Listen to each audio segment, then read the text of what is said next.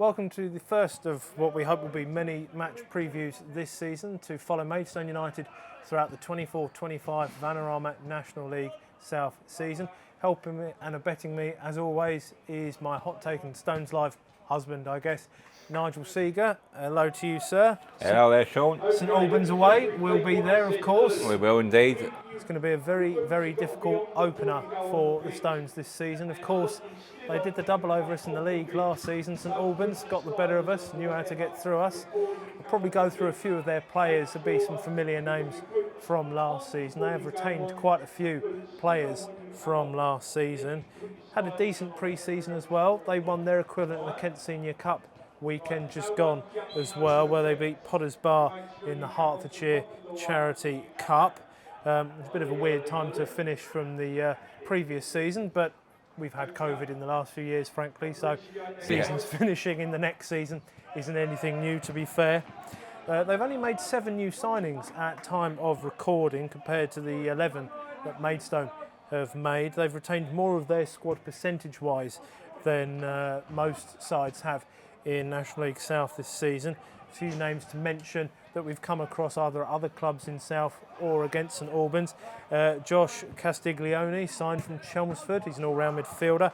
David Long-King signed from the Daggers, he plays in defence. Iffy Allen, a familiar name from Dover, playing along the front line. Ken Charles is a striker who had time at both Banbury and Cheshire last season. Jack James is staying for another season at St Albans. He of course scored that cracking winner in the 3-2 defeat there last season. Sean Jeffers, probably Hertfordshire GOAT, I think some people might call him, or not. He's renewed for another season, 107 goals and 142 appearances, 26 last season alone. And for someone who's not a regular starter, quite impressive.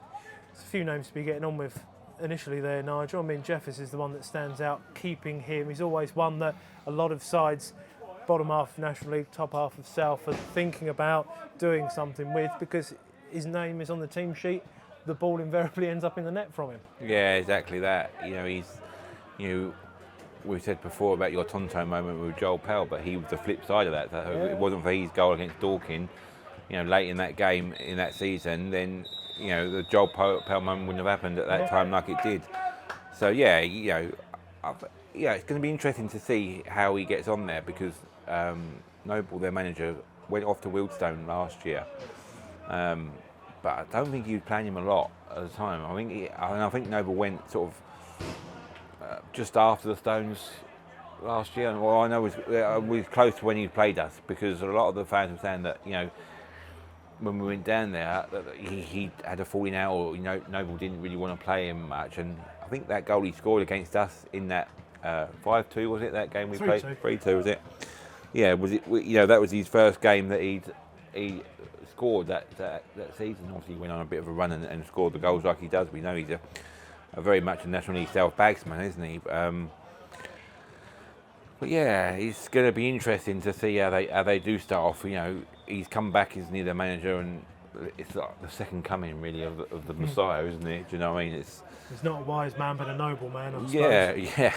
And there's also that saying, you should never go back. You should never go back to your past glories. And we know that they came here as well towards the end of last season, didn't they? Harry Wheeler was on the bench. He's now moved upstairs to like a director of football role. Yes. So he's got an influence there. And to be fair, they made some good signings, haven't they? I mean, David Long-King's one that stands out for me. Good solid defender. Got him from Dagenham. I think he's had Football League experience as well. Probably just as a youngster, not as a mainstay starter, but somebody that has been around the circuit for a while now and should add to their defensive woes. And like you say, that Josh Castiglione, is it, from Chelmsford? Yeah, he was a real threat that Monday night. We were it was, wasn't he? Yeah. So he's a name that stands out. Again, they've signed some proper sort of like National League South stalwarts, haven't they? So we know Iffy Allen as well. He's we know Iffy Allen is another one where sort of around about lockdown, isn't he? He can produce that little bit of magic, and he's somebody that you've always got to keep under control. So More players that St Albans have either kept hold of or signed on. Charlie McDonald, defender midfielder, Dan Bowery on the right-hand side, Romeo Akinola and Ben Smith have all signed on again from last season. Ben Smith, actually, the best pass completion rate in the National League South last season at 91%. So when we look at the likes of other players, certainly when we played them at their place last season, Hoddle, of course, was spraying the ball like his namesake, but someone like Ben Smith in that midfield area, clearly a very talented player, and really knits that side together and gives them that pivot, that base to go forward from with St Albans there, doesn't he? Yeah, exactly that. It's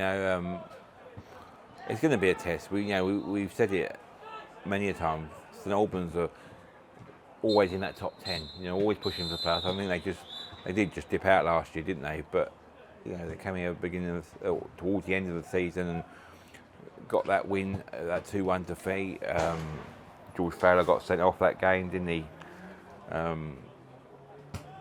But at that stage, I think that after that game, actually did go ahead of Maidstone, but just couldn't kick on. I think that's probably their letdown at St Albans as a team, really, getting that consistency together.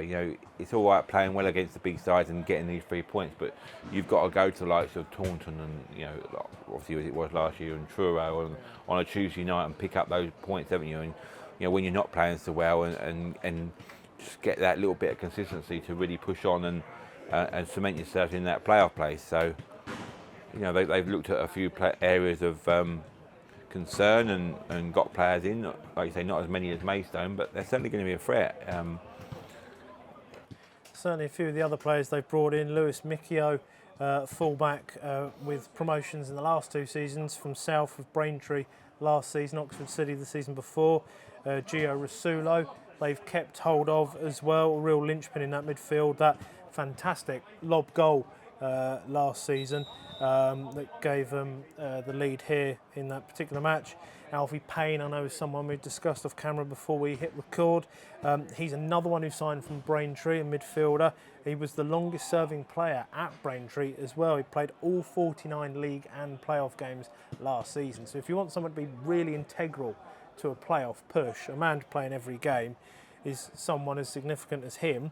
And not just the Braintree signings, the likes of Michael Johnson, their goalkeeper, who stayed there for a 5th season, penalty saving expert. Sam Deadfield from Hampton and Richmond, who we saw a bit of here.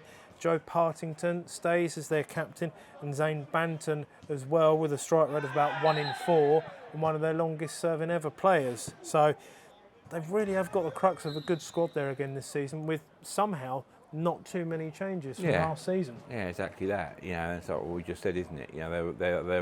They're always in around that top 10 places. It's just that consistency. And Alfie Payne is another one that we, like you say, we did mention before we come on air. To play that many games for Braintree, and to be in that position that he plays in midfield as well, he's so integral into all what they did. That dogginess that Braintree had last year. So it's going to be a tough game. It's going to be a very tough game. But I think in a way that can kind of help us as well. You don't.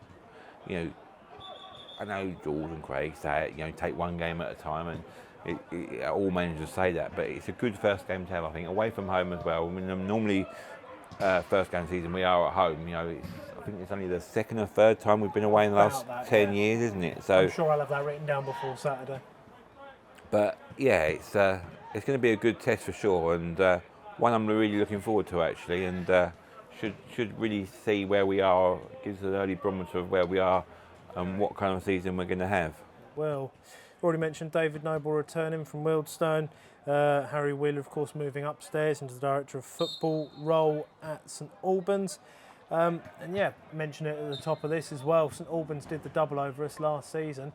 Where is it that Maidstone can potentially get the results flipped this coming season? What can make the difference and put those 6 points in the Stones rather than the Saints column? I think I just need to be a better all-round performance, doesn't it?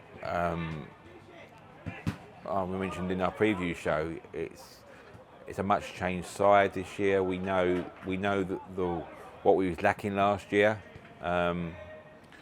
We've got a lot more crosses coming into the box. We've got a lot more sort of flair players up the top as well. That can and the bench. Looking at our bench, we've said it in the previous show. You got players, potentially like Andrade and that coming off the bench.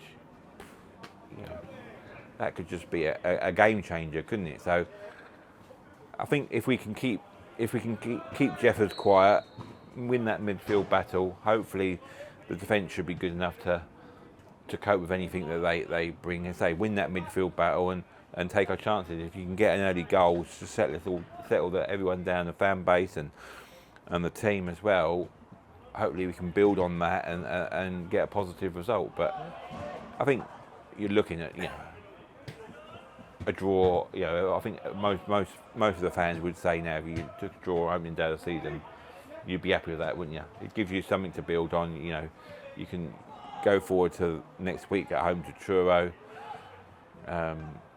This time of year as well, you don't know what the weather's going to be like. That could be a factor on the day as well. Yeah.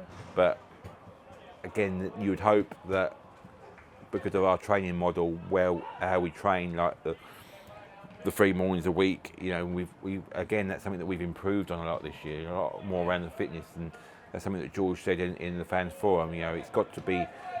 They've got to be fitness.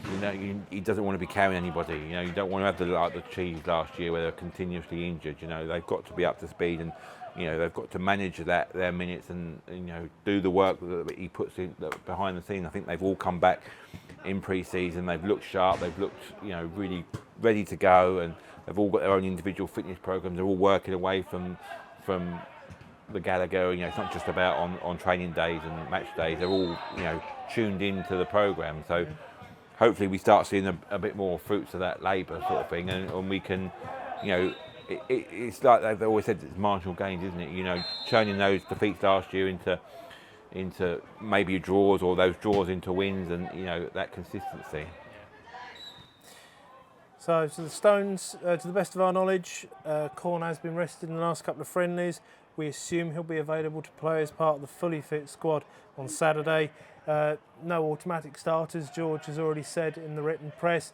George not one for giving us too much fitness or injury news ahead of games, and that's the way he likes to do it. So if you're thinking you're coming here for any injury nuggets or insights, probably the wrong place for it, to be honest. But I'm sure George will have a large part of his starting 11 probably already in his head. A lot of people are saying with the White Hawk game, and I think you alluded to it in the preview show as well that's already out there, that 11 potentially could be viewed. I know when Ben's asked him as well, and he's shied away from the subject, but do you think, I won't get you to put a number on it, but I think, do you think a large proportion of that White Hawk 1 to 11 that we had on Saturday, that's roughly going to be, with 1 or 2 exceptions, potentially? I wouldn't go through naming names and give Noble and Wheeler any advice, but going to be most of the way there, we think. It's going to be most of the way there, isn't it?